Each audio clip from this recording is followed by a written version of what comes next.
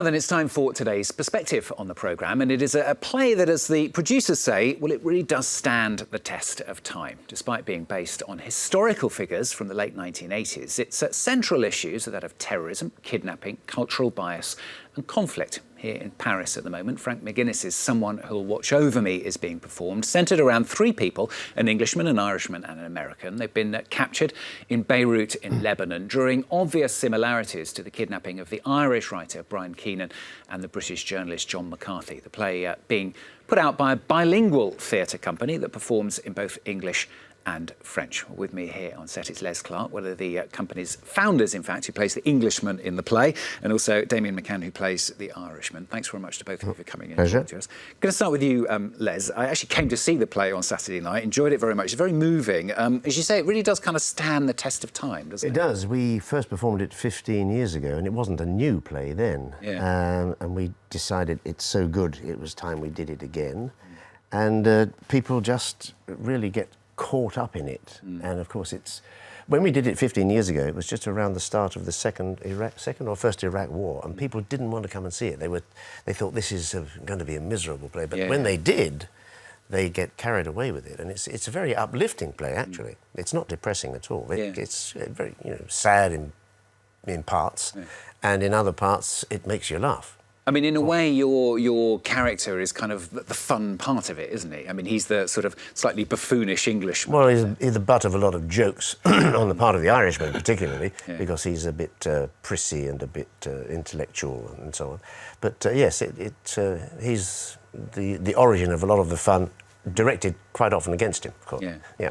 What do you think about that, Damien? I mean, as we say, quite a tough subject, but at the same time, a lot of fun to be had in there as well. Yeah, it is a tough subject, and I do think that today that's quite a relevant subject with everything that's going on today in the world, and the whole idea of these people who are living in a situation that they can have absolutely no control over, and how do they get through their days.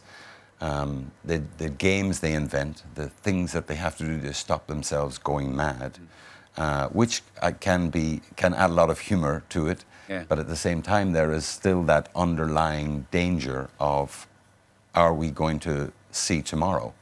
I mean, it's set in one room, basically, isn't it? It's set in your cell. The three of you are in there chained up, and one of the characters, the American character, actually dies in the play. You kind of lose it at one point, well, right near the end, don't you? But in the end, it kind of comes good for you, doesn't it? Yeah, I mean, it's one of those situations that, at some point the character breaks down and loses it completely. And I think that's one of the redeeming factors of the play.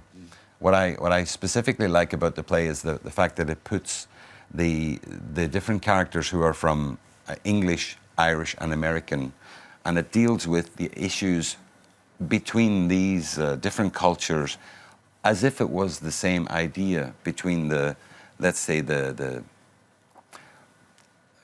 cultures of the people in Lebanon at the time and the Europeans or Americans at the time. So it brings that much more closer to home, and you can see the absurdity sometimes in the things that people do and say, between the different cultures. In the just before it started, I was having a read of the programme, and you make the point as well, don't you, that Anglo-Irish relations need a bit of help at the moment with Brexit coming up as well. Absolutely. I mean, do you think that kind of adds a more modern dimension to it, if you like? That's a rather interesting way to look at it, yeah. But yeah, definitely. I mean, I'm from Northern Ireland, as very close to the place where Frank McGuinness, the writer of the play, comes from, and Brian Keenan also.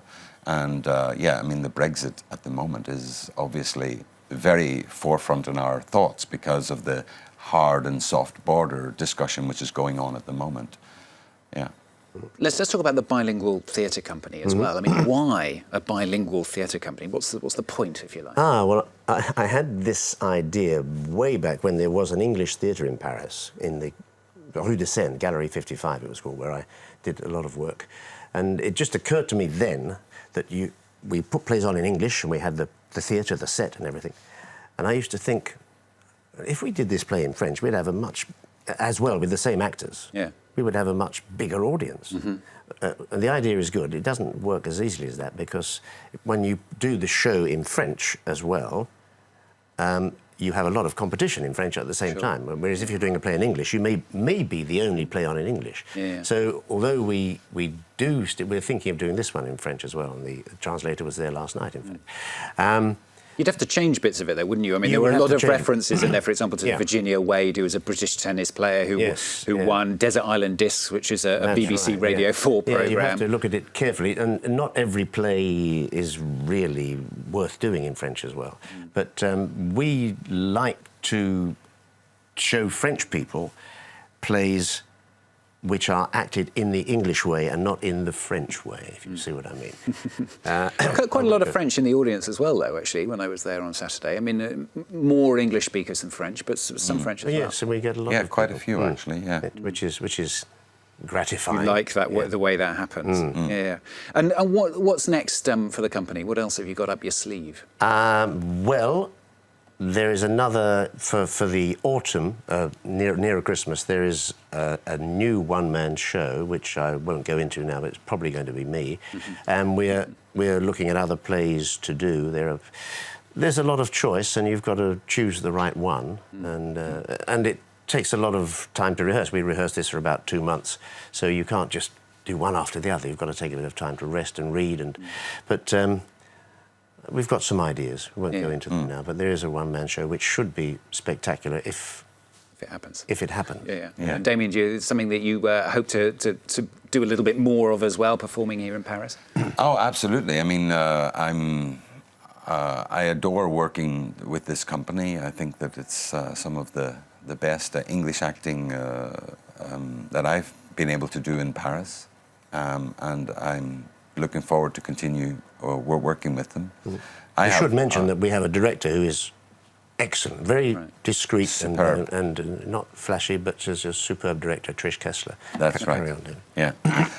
And I think Patricia is one of the reasons that this show is so good, because her direction has been really spot on. Okay. Well, I enjoyed it anyway. So thanks very much for coming in, and thanks very much for a fun night out on Saturday night as well. Thank you. Thanks for having us in. Damien McCann and also Les Clack joining us there, who are performing here in Paris at the moment. So do go and see that if you get a chance, if you happen to be in Paris next weekend.